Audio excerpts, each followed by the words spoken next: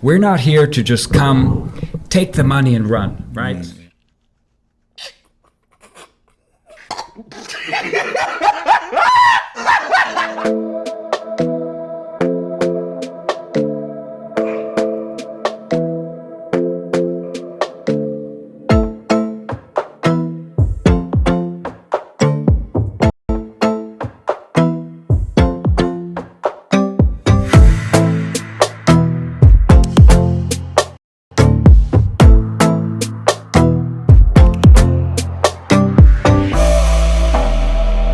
Shalom fam, if you're looking to repatriate to Tanzania or any East African country, you need to organize your plans, you need some professional consultants. Jamaican African Travels would be the best on the ground at acquiring land legally. If you need someone to help you step by step, start up your business or start your farm, or if you want to build, these are the best people you can consult with.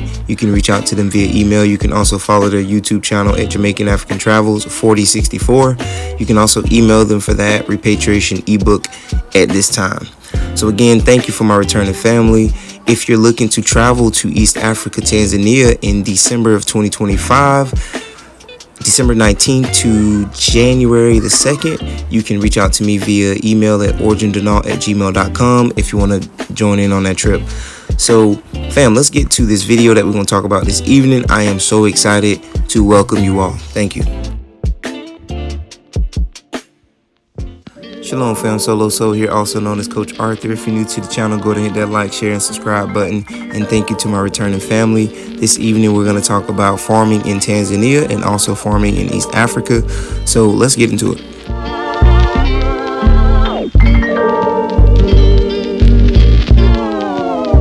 Now fam, this evening I'm going to talk to you about 4 thriving agro companies that are thriving in Tanzania, foreign owned, and they have been doing it for a very long time.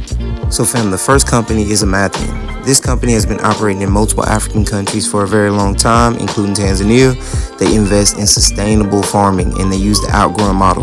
The outgrowing model is basically where they use local land. They don't use their capital to buy the land. They help the local people, have better yields, and they give them all the tools that they need. So it saves you on capital and they guarantee a market for them. An investment of over $100 million since 2013. And now an additional $50 million will be injected towards agricultural production in Zambia in the next 18 to 24 months.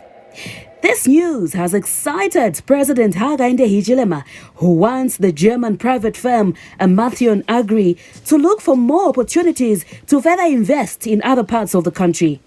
The president was in Mumbwa to appreciate works the German investor is doing. This farm is able to produce maize at 11 metric tons per hectare, when a lot of our people, we farmers there, are producing less than 3 tons per hectare. It's a very important issue to address. And I've asked this farm, this investment, to bring about 50 or so other farmers around, those friends there, to work with them, extension support, know-how, sharing, so that they too can increase their productivity per hectare. Very, very important. Now fam, this next company is Tamu Tamu Tanzania, which is the first apple nursery and orchard in Tanzania. They're a teaching company. They teach the local people how to properly, harvest and yield the fruit, and, they teach you about the best conditions. So this company is literally paving the way for other companies to come in behind them and do the same thing. So I'm going to do my best at the end to sum all this up, fam, why it's important to learn from these bigger companies and how they're thriving. Hi, welcome to Tamu Tamu Tanzania, the first commercial apple farm and apple tree nursery in East Africa. This is our apple farming management video. Enjoy it. We are producing and selling well-adapted apple trees for African countries around the equator. Karibu, welcome. And we are coming to apple production, investing in agriculture, investing in apple farming, yeah? The first step is considering your location. And it has several factors. Your altitude, we have published enough about that. When it comes to choosing the right varieties, when it comes to should it be hilly, it should not be waterlogged, that's bad. And something that we encourage farmers from the beginning to consider is the sales. Many farmers are struggling with sales. So which means if you plan your farm, consider already, where will I sell? How far am I away from the market? What will be the gross margin that I'm making? Can I transport it to the market myself, or is a trader involved? Yeah. Everything else will now follow in this management video, where we try to keep it not too scientific, more really hands-on. How do I plant? How do I take care of my soil?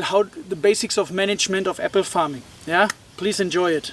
All right, next up is Olam International. This company is also a sustainable company. They also use the outgrower model, and they also help local people get their crops to market.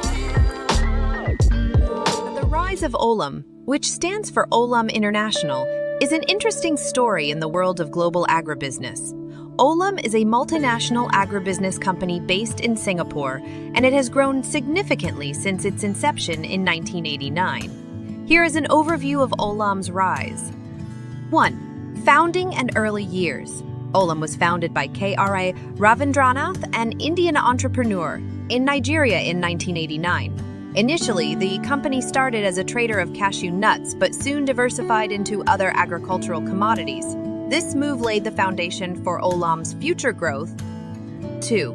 Diversification. Olam quickly expanded its operations and began trading in various agricultural products, including coffee, cocoa, cotton, and rice. The company's strategy was to operate across the entire value chain, from farming and processing to trading and distribution. 3. Global expansion. Olam's growth was not limited to Africa. It expanded rapidly across the globe, establishing a presence in Asia, the Americas, and Europe. This expansion helped Olam become a major player in the global agribusiness sector. All right, fam, last company on the list is Tova Farms.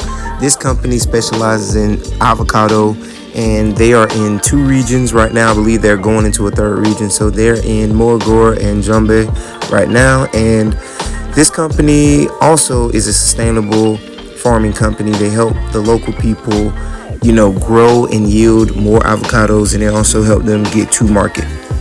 Fam, make sure you stay tuned for this interview. Trust me, we're going to sum all this up.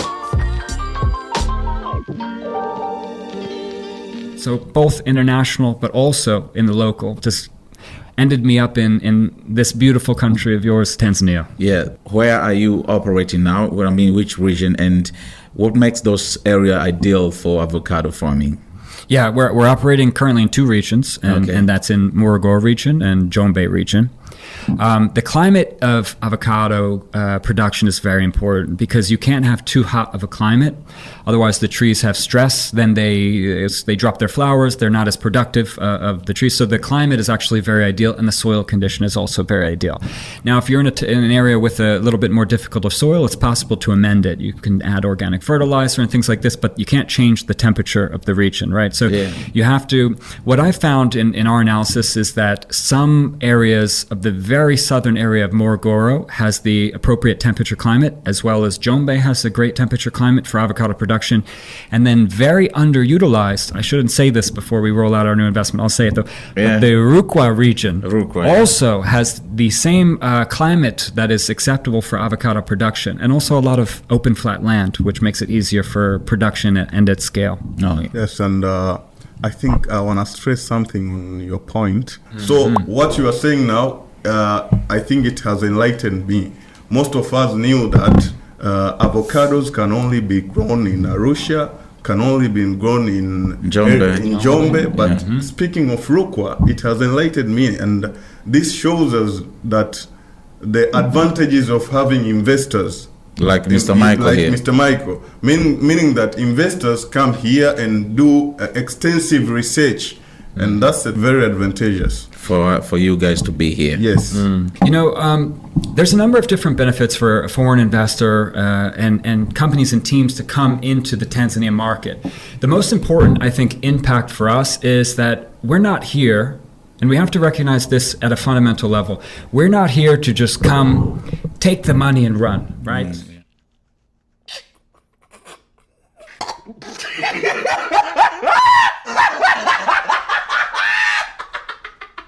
We want to build out an entirety of industry that is at its infancy, that needs strategic guidance so that it can overtake Kenya in avocado exports, so that it can overtake Uganda in avocado exports, right? Tanzania's avocado industry is at its infancy. Okay, fam, the biggest takeaways I want you to, really understand from this video is that we have companies that we can mirror and we can watch and we can even invest in and even learn from. We don't have to reinvent the wheel. It's already foreign companies that have done it and doing some of the big farming that some of us want to do.